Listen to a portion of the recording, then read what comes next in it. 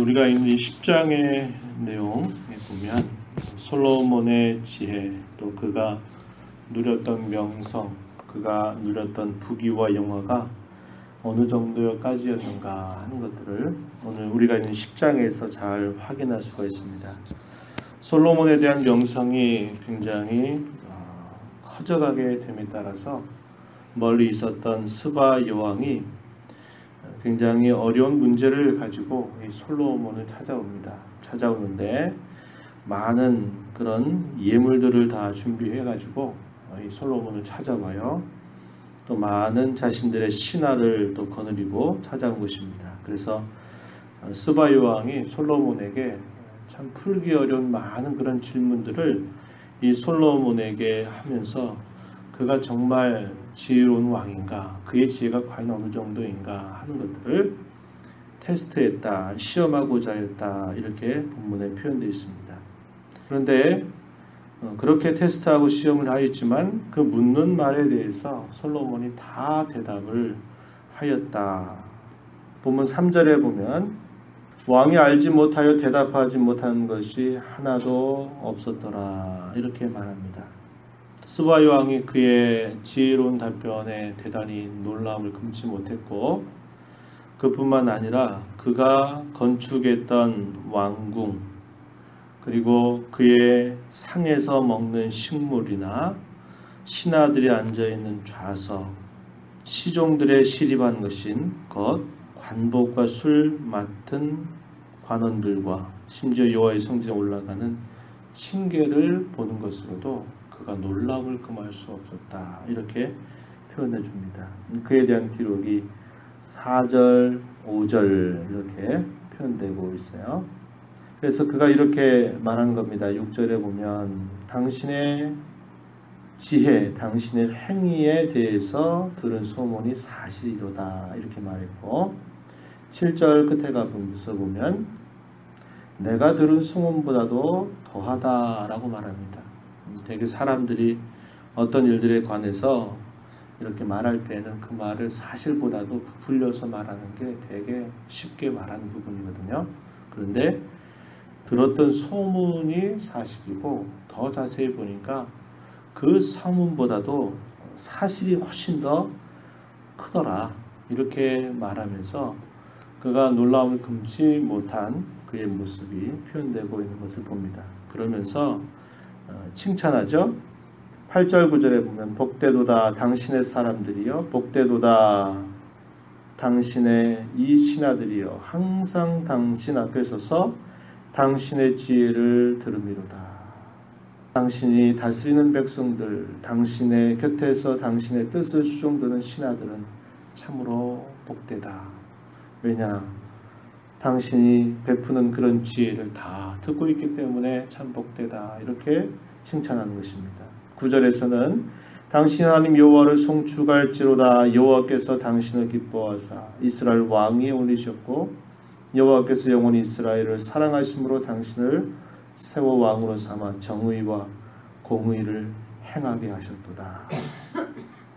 이 솔로몬을 향한 그러한 높은 칭송, 그리고 그를 세우신 여호와 하나님을 송축하는 모습을 표현해주고 있는 것입니다. 그러면서 많은 예물들을 가져와서 이 솔로몬에게 드렸다 표현하는데요. 금 120달란트, 심이 많은 향품과 보석을 왕에게 드렸다. 이렇게 많이 드린 그런 향품, 이것이 다시 없을 정도로 굉장히 많은 예물들을 이 스바 여왕이 솔로몬에게 드렸다, 이렇게 표현하고요. 그리고 그가 해상무역을 얼마나 잘했는가 하는 내용들은 11절 이하에서 보면 오빌에서부터 금을 실어온 히람의 배들이 오빌에서 많은 백단목과 보석을 운반하여 왔다. 12절에 보면 끝자락에 보면 전에도 온 일이 없었고 오늘까지 보지 못할 만큼 그렇게 많은 해상무역을 이렇게 번성하게 하였다, 이렇게 표현해 주고 있습니다. 그리고 이제 돌아간 스바 여왕에게 또 적절한 그런 물건으로 하사해서 그를 돌려보낸 그런 내용들이 13절에 표현되고요. 14절 이하로부터 설명하고 있는 것은 솔로몬이 그가 가지고 있었던 이 부와 또 그의 영화가 얼마나 컸는가 하는 것들을 이렇게 단적으로 표현해주고 있는데, 그가 해마다 걷어들였던 그 세금의 중수가 금으로 666달란트가 된다. 오늘날 톤수로 환산하면 한 20톤 정도가 되는 그런 금을 거두어 들였다고 말합니다. 그 외에도 여러 곳에서 이렇게 많은 것들을 얻었다 표현했고, 금이 얼마나 많았든지 이 금을 가지고서 크게 방패를 200개를 만들고 작은 방패 300개를 만들었다, 이렇게 또 표현하고요. 그가 상아로 보좌를 만들었는데 그 보좌를 다 금으로 정금으로 씌웠다라고 이렇게 또 설명합니다. 심지어는 먹는 그런 음식을 담아 먹는 그릇들도 다 금으로 만들었고, 은은 너무나 흔해 빠져가지고 그것은 귀하게 여기지도 않을 만큼 이렇게 많은 부를 그가 누렸다라고 말하고요. 그가 대단히 지혜롭다는 소식을 듣고는 그 주위에 있는 많은 나라 사람들이 그와 당해낼 수 없기 때문에 위협감을 느껴서 오히려 그에게 많은 예물들을 가지고 와서 오히려 그를 높이고 하는 일들을 통해서 전쟁이나 싸움을 일으키지 않는 그런 모습이 또 표현되기도 합니다. 막강한 군사력을 자랑했어요. 병거가 1,400이나 됐다. 26절에 보면 마병이 12,000이었다. 이렇게 표현하고요. 27절 말씀에 보면 은을 돌같이 흔하게 하였다. 백항목, 그 귀한 나무가 평지의 뽕나무와 같이 참으로 많았다. 그래서 이 솔로몬이 다스렸던 그 시대에 얼마나 많은 부와 기와 영화가 있었는가 하는 것들을 이런 내용들을 통해서 보여줍니다. 말들도 애굽에서 가장 좋은 말들을 또 사들였고, 또 병거들 또한 그랬다라고 이렇게 표현해서 이런 모든 것들이 그야말로 전무후무할 만큼 이스라엘에게 있어서 이런 큰 영화가 있었던 그런 시기임을 알려주고 있다는 겁니다. 그런데 이제 사람이 이러한 여러 가지 외적으로 부요해지게 되면 사람이 쉽게 빠지는 수순, 절차가 뭐냐? 사람이 영적으로 가난해진다 이 말입니다. 가난해진다라는 게 좋은 뜻이 아니라 외적인 부요함이 이렇게 많게 될 때는 그의 영적인 면모가 대단히 취약해지기 쉬운 것이 모든 연약한 사람들이 가는 수순입니다. 수순. 그래서 사실상 9장의 후반부로부터 이제 10장 쭉 우리가 내일 읽어가는 장의 이런 내용들을 보면 솔로몬이 겉으로는 정점을 찍었습니다. 최고의 그런 번성과 부와 영화를 누리지만, 그러나 그와 더불어서 쇠락의 길, 쇠퇴의 길들을 이제 걷게 되는 그러한 내용들이 나타나서 실제적으로 9장 이하로부터 10장 쭉 이어가게 되는 그런 과정에서는 그의 좋은 일들을 우리가 보지 못하는 것을 살펴보게 된다 하는 것입니다.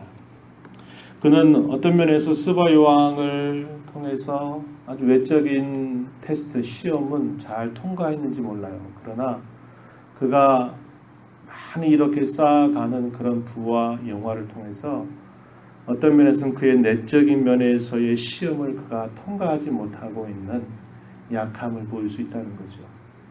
외적으로는 그가 가지고 있는 지혜가 과연 어느 정도인가, 사람으로서 풀기 어려운 모든 난제들을 가지고 와서 묻는데도 대답하지 못하는 말이 하나도 없을 만큼 이렇게 대답을 다 했다, 이렇게 표현해요. 그러나 외적인 그런 부유함 때문에 그의 내면적인 그런 시험들을 그가 감당하지 못하게 되는 그런 면모를 우리는 보게 된다는 겁니다.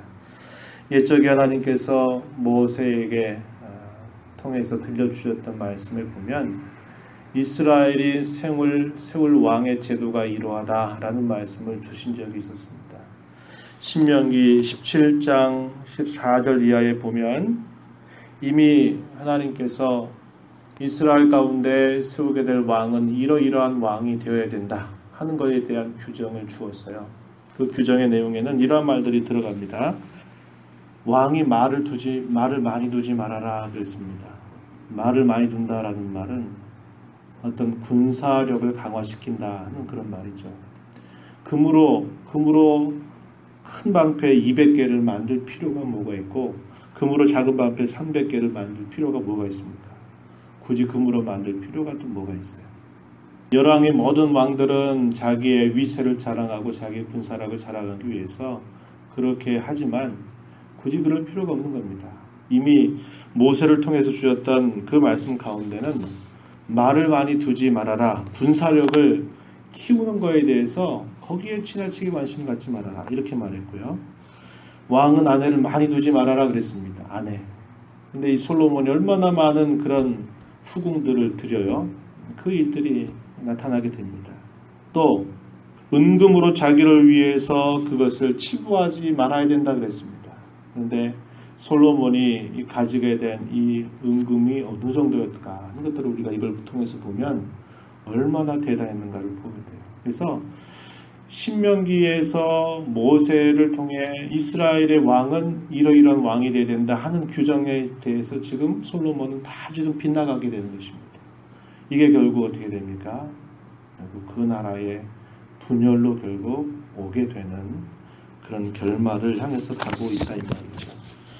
하나님께서 자신에게 베풀어 주신 그 은혜가 어느 정도고 자기가 하나님 앞에서 어떠한 것인가 하는 이런 구별점이 흐려져요. 왜? 그가 너무나 많은 부와 명성을 누리다 보니까 이게 하나님이 자기에게 준 것인지 아니면 자기가 이룬 것인지 이게 선명하게 구별이 되지 않는 겁니다. 다 자기 한 공유로 돌려주고 그런 모든 것들을 보지 못하는 사람들은 당신은 천하 최고의 지혜로우신 왕이군요. 당신 같은 그런 부와 영화를 누린 왕이 없군요.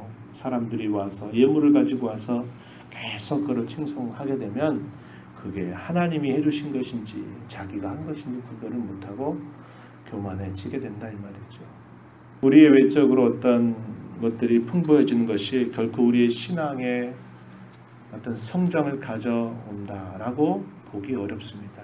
그래서 오히려 이런 외적인 부유함 때문에 내면적인 그런 초라함이 늘 생길 수 있다고 하는 것을 우리가 기억하면서 우리가 비록 이 땅에 살면서 여러 부족함이 있고 아쉬움이 많고 하더라도 그것 때문에 더 하나님을 바라보고 의지할 수 있다면 그게 더 하나님의 회복된 일이 될 것입니다.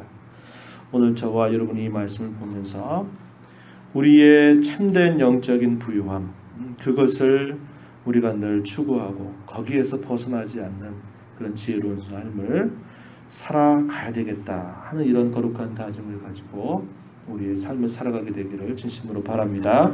하나님 아버지 감사합니다. 이 새벽 시간에도 저희들에게 생명과 호흡을 허락하시고 하나님 앞에 말씀을 읽고 들음으로 또 저희를 향하신 하나님의 뜻이 무엇인지 살피게 해주셔서 감사드립니다. 연약하면 늘 둘러싸여 있어서 우리에게 어떤 필요가 있을 때는 또 하나님을 찾고 의지하지만 우리의 어떤 필요를 느끼지 못하게 될 때는 어느덧 주신 하나님을 잊어버리고 망각하는 그런 삶으로 치닫게 될 때가 참으로 많이 있습니다. 하나님 아버지 외적인 우리의 삶의 평안함과 외적인 부유함이 결코 우리의 영적인 부유함을 뜻하는 것이 아님을 저희가 잘 기억하고 언제나 우리의 내적인 부유함, 우리의 신앙적인 부유함을 놓치지 않고 이 땅을 살아가는 주의 백성들이 다 되도록 인도하여 주시고 주께서 저희들이 걸어가신 모든 것들은 하나님께서 주의 나라와 영광을 위하여서 사용하라고 우리에게 맡겨주신 줄을 잘 기억하고 모든 기회를 선용하여 하나님의 뜻을 이루어가는 저희들의 삶이 되도록 인도해 주시옵소서.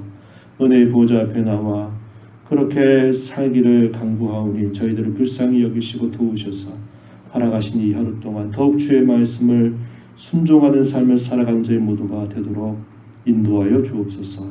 예수님의 귀하신 이름으로 기도하옵나이다. 아멘.